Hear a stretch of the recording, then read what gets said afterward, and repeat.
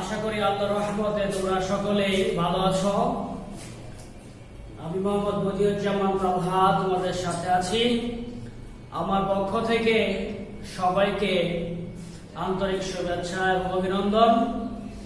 আজকে আমার আলোচনার বিষয় পঞ্চম শ্রেণীর সপ্তম অধ্যায় অর্থাৎ দশমিক ভগ্নাংশ নিয়ে আজকে আমরা আলোচনা করব।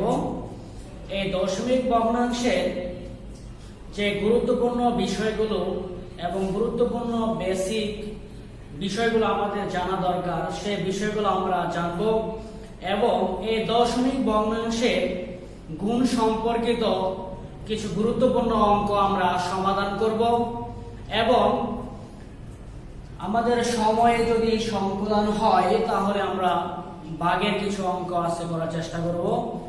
দশমিক ভগ্নাংশ শুরু করার পূর্বে তোমাদেরকে ভগ্নাংশ সম্পর্কে কিছু তথ্য দেওয়া দরকার বলে মনে করি।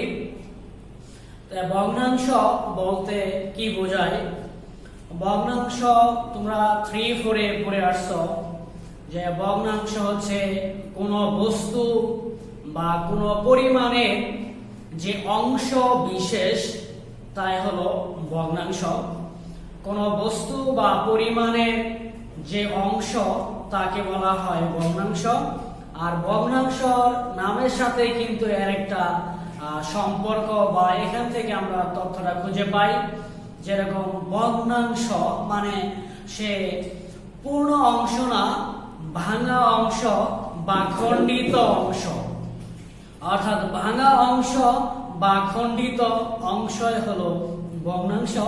অর্থাৎ তুমি যদি আরেকটু সুন্দর করে বলতে চাও তাহলে এভাবে বলতে পারো, কোনো বস্তুর বা কোনো পরিমাণের বা কোনো সংখ্যার যে খণ্ডিত অংশ বা ভাঙা অংশ তাকেই আমরা বলবো ভগ্নাংশ। আর ভগ্নাংশ তোমরা জানো যে সাধারণত 2 প্রকার, সাধারণ ভগ্নাংশ এবং দশমিক ভগ্নাংশ। আজকে আমাদের কিন্তু আলোচনার বিষয় হলো এই দশমিক ভগ্নাংশ।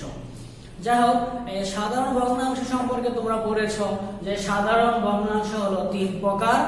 1 নম্বর হচ্ছে প্রকৃত ভগ্নাংশ, 2 নম্বর হচ্ছে অপ্রকৃত ভগ্নাংশ, 3 নম্বর হচ্ছে মিশ্র ভগ্নাংশ। তো এই 3 প্রকার ভগ্নাংশের সাথে আমরা পরিচিত আছি, কারণ আমরা হলো এই পঞ্চম অধ্যায় 6ষ্ঠ অধ্যায়ে আমরা এই সাধারণ ভগ্নাংশ সম্পর্কিত অঙ্কগুলো কিন্তু আমরা করেছি। তাহলে আজকে আমাদের যে আলোচনার বিষয়, মূল আলোচনা, সেটা হলো দশমিক ভগ্নাংশ।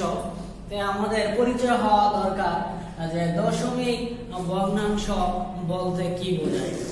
আসলে দশমিক ভগ্নাংশ বলতে আমরা বুঝি, তোমরা যেহেতু 5 লেভেলে আসলে এই সংজ্ঞাটা যদিও তোমাদের সাথে যায় না, কারণ 5 সাথে এই সংজ্ঞাটা মিলে না, তারপর আমি সংজ্ঞাটা বলতেছি যে মূলত এবং অমূলত সংখ্যাকে যদি দশমিক দিয়ে প্রকাশ করা হয় তাকে দশমিক ভগ্নাংশ বলা হয়।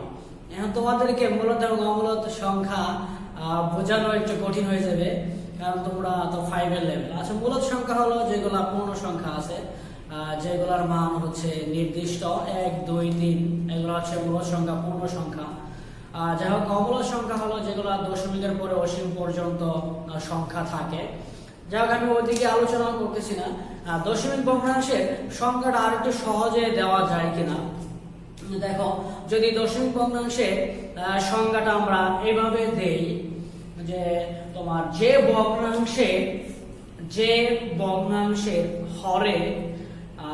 ভগ্নাংশের হরে 100 বা 10 বা 1000 এরকমই থাকবে এবং তোমার এদেরকে একটা দশমিক চিহ্ন দিয়ে বা দশমিক বিন্দু দ্বারা প্রকাশ করা হয়, তাহলে আমরা সেই ভগ্নাংশটিকে বলবো একটা দশমিক ভগ্নাংশ।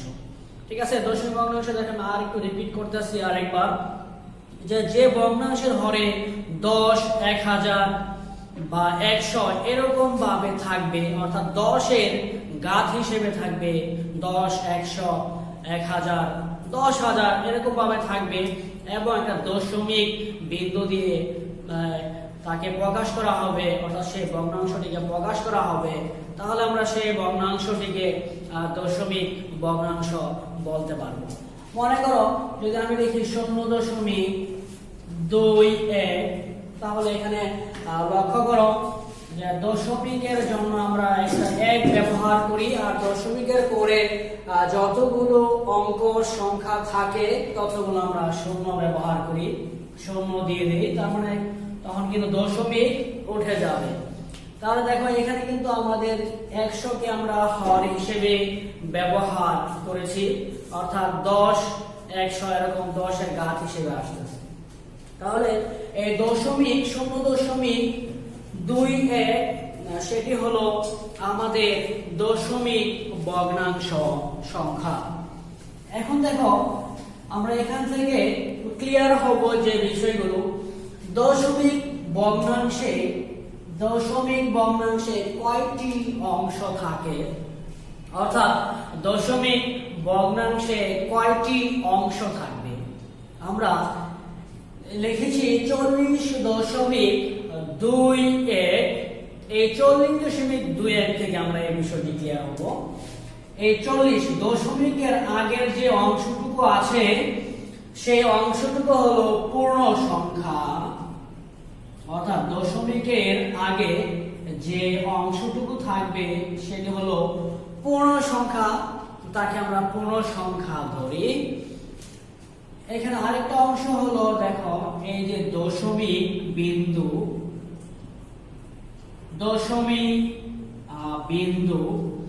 এবং দশমিকের পরে যে পার্টটুকু আছে সেটা হলো দশমিক ভগ্নাংশ সংখ্যা,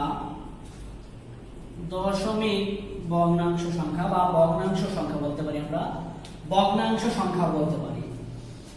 তাহলে দেখো আমরা একটি দশমিক ভগ্নাংশে কতটি অংশ থাকে, আমরা এখান থেকে বের করলাম যে 3টি অংশ থাকে। দশমিক ভগ্নাংশে 3টি অংশ থাকবে। এক নম্বর হচ্ছে এখানে কিন্তু একটি পূর্ণ সংখ্যা থাকবে। হ্যাঁ, পূর্ণ সংখ্যা দশমিকের আগে সবসময় যে থাকবে এরকম না। 0.0 আমরা আগে লিখছিলাম 2, তাহলে ওই সময় তো এখানে পূর্ণ সংখ্যা কিন্তু তখন 0 ছিল, তাই না? পূর্ণ সংখ্যা, যেটা পূর্ণ সংখ্যার মধ্যে কিন্তু তোমরা জানো যে পূর্ণ সংখ্যা 0 সহ +-1, অর্থাৎ 0 সহ ধনাত্মক সংখ্যা 1 2 3 4, আবার 0 সহ কিন্তু মাইনাসে নিয়ে যাবে, অর্থাৎ -1 -2 -3 এরকম ভাবে থাকবে। ওকে, সেটা হলো পূর্ণ সংখ্যা বা ইন্টিজার ভ্যালু।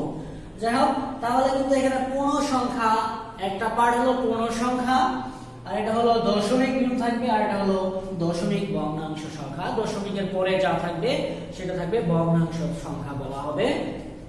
এখন দেখো আমরা কি পেয়েছি, দশমিক ভগ্নাংশে 3টি অংশ পেয়েছি।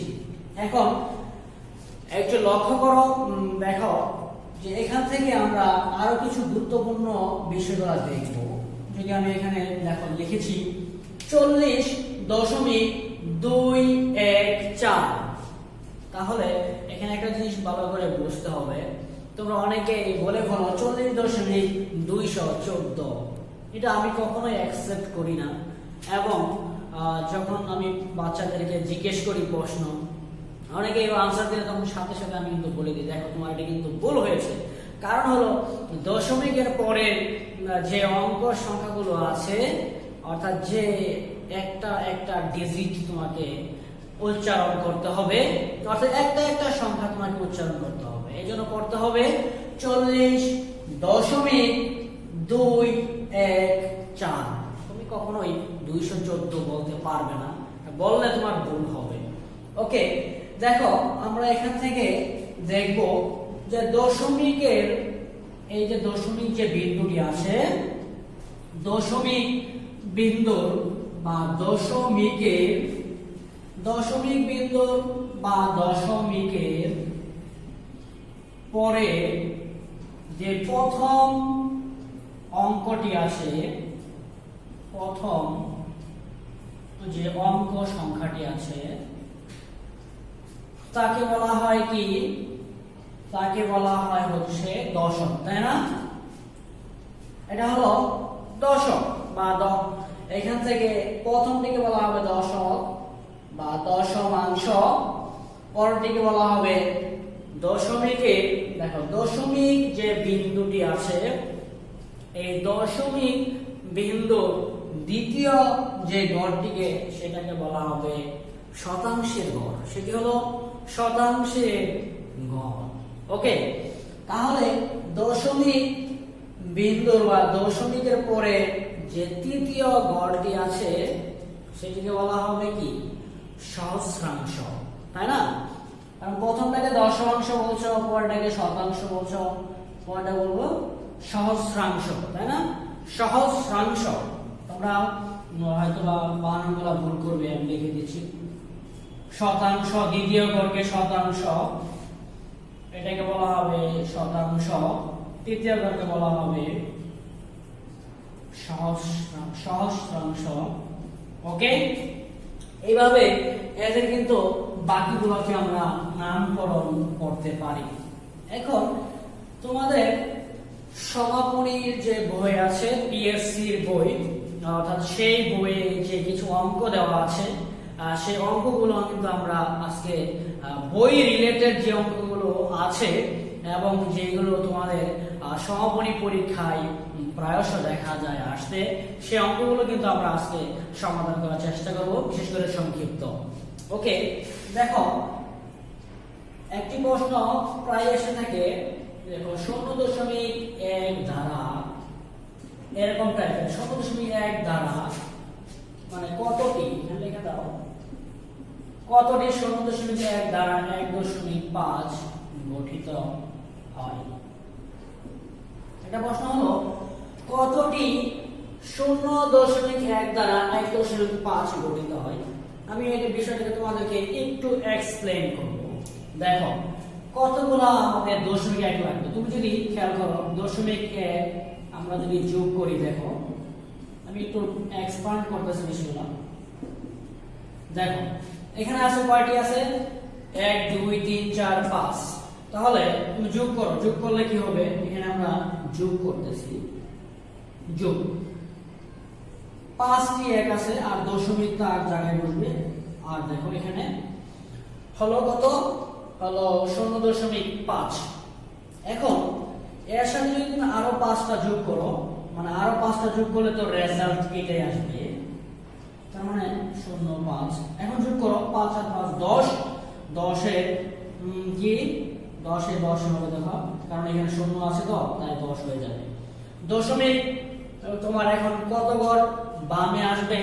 দেখো দশমিক হবে আমাদের, আমরা এটাকে একটু দেখো, আমরা এটাকে 10 লিখব, তাই না? 10 লিখব। দশমিক 1 গড় বামে চলে আসবে। দশমিক কত গড় বামে আসবে? দশমিক দেখো 1 গড় কিন্তু বামে আসবে। আবার আরেকটু লক্ষ্য করো, এখন এর সাথে তুমি যদি আরো 5টা 1 যোগ করো, অর্থাৎ তার মানে রেজাল্ট এটা হবে, তেমন 0.5 যোগ করতেছো, 5.1।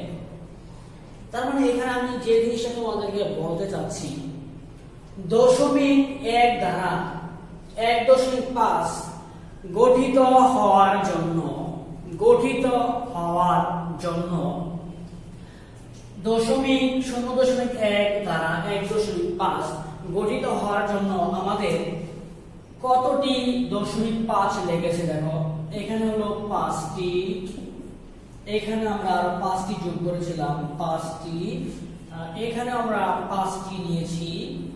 তাহলে টোটাল হলো দেখো 5 10 15, অর্থাৎ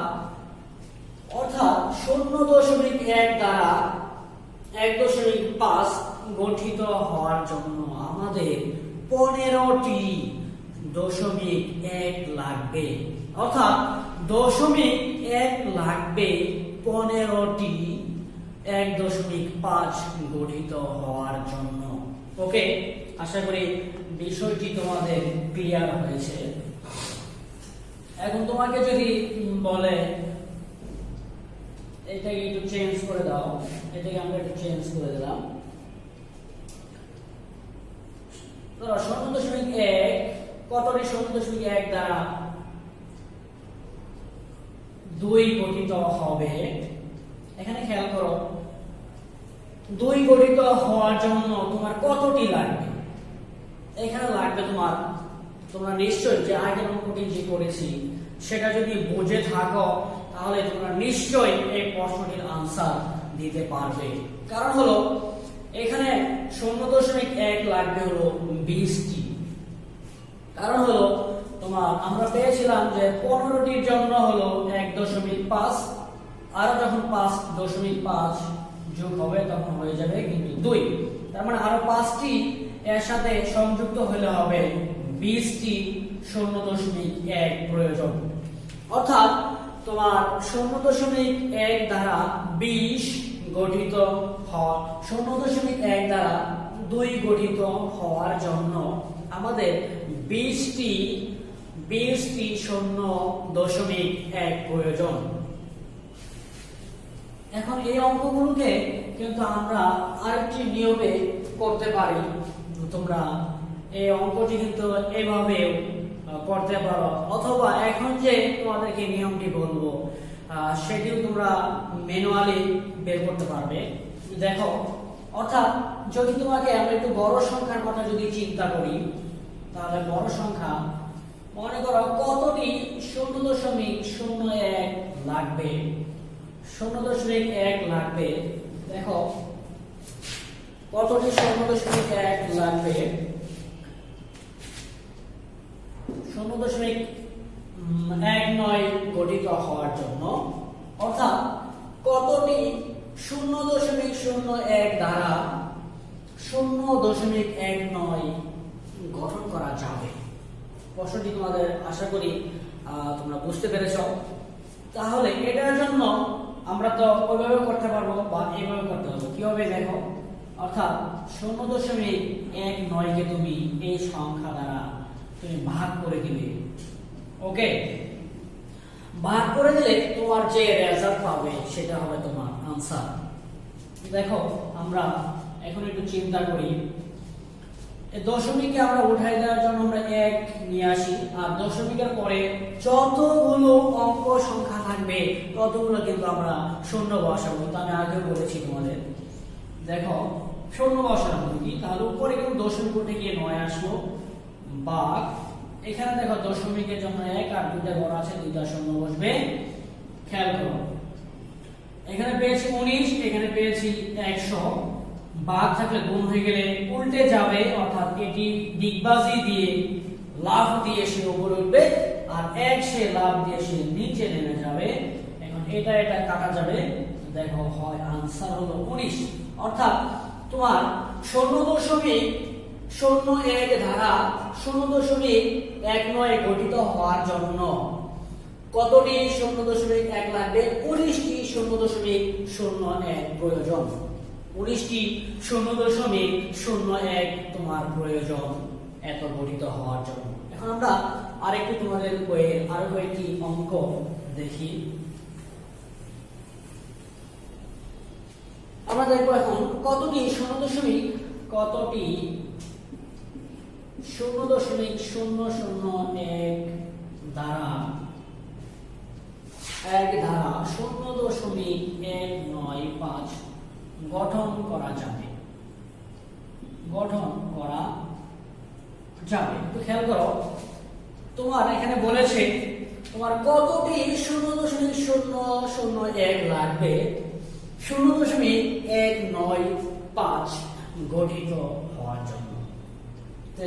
এটাকে আমরা এই সিস্টেমে করে ফেলবো। দেখো, অর্থাৎ 0.195 কে আমরা এই সংখ্যা দিয়ে জাস্ট ভাগ করে দিব। ভাগ করে দিলে হবে আমাদের আনসার। দশমিকের জন্য একটা 3টা ঘর আছে, দশমিকের পরে 3টি অঙ্ক সংখ্যা আছে, 3টি মানগুলো এখানে বসবে। উপরে হবে 195। দেখো, এখানে দশমিকের জন্য 1 আর 3টা মানটা এখানে বসবে, উপরে আসবে 1। এখন খেয়াল করো, 195 নিচে হলো আমাদের 1000। ভাগ থাকলে হয় গুণ, আমরা জানি গুণ হয়ে উল্টে গিয়ে সে উপরে উঠবে, ডিগবাজি হয়ে উপরে উঠবে। উপরে উঠলে দেখো কি হয়, এটা কাটা যাবে, কাটা গেলে হবে 195টি। অর্থাৎ যেহেতু তোমাদের এই প্রশ্নগুলো সংক্ষিপ্ত আসে, এই প্রশ্নগুলো তোমাদের সংক্ষিপ্ত আকারে আসে, তাই তোমাদের সংক্ষিপ্তের জন্য যে 2 মার্ক 1 মার্ক থাকবে। সুতরাং আনসারটা বসাইলে হবে। সুতরাং তুমি যে টেকনিকে বের করো, ঠিক আছে, তোমার কিন্তু রেজাল্ট ঠিক থাকলেই হবে। রেজাল্ট যেন এলোমেলো না হয়, রেজাল্ট ঠিক থাকলেই বাস, ওকে, তোমাকে মার্ক দিয়ে দিই 4 মার্ক। এখন আমরা কি পেলাম যে 195টি 0.001 দ্বারা 0.195 গঠন করা যাবে। ওকে, 0.001 লাগবে 195টি। এখন আমরা একটু আর ডিফারেন্ট দেখি। দেখো, যদি আমরা বলি কতটি 0.001 দ্বারা 42.195 গঠন করা যাবে। ক্লিয়ার? প্রশ্নটি ক্লিয়ার? দেখো কি বলেছি, কতটি 0.001 দ্বারা 42.195 গঠন করা যাবে। অর্থাৎ 42.195 গঠিত হওয়ার জন্য তোমার কতটি 0.001 প্রয়োজন, এটা তুমি কি করতে পারবে। দেখো, একদম সিমিলার নিয়ম, 42.195 কে তুমি ভাগ করবে 0.001। আনসারটা আমি লিখে দিচ্ছি, কারণ তোমরা বাসে করে নেবে। আনসার হবে 42,195টি। 42,195টি 0.001 লাগবে 42.195 গঠিত হওয়ার জন্য। এখন তোমাদেরকে একটা সহজ এবং একটা সূক্ষ্ম বুদ্ধি শিখাই দেয়, যেহেতু এই প্রশ্নগুলো প্রায়শই এসে থাকে পরীক্ষায়।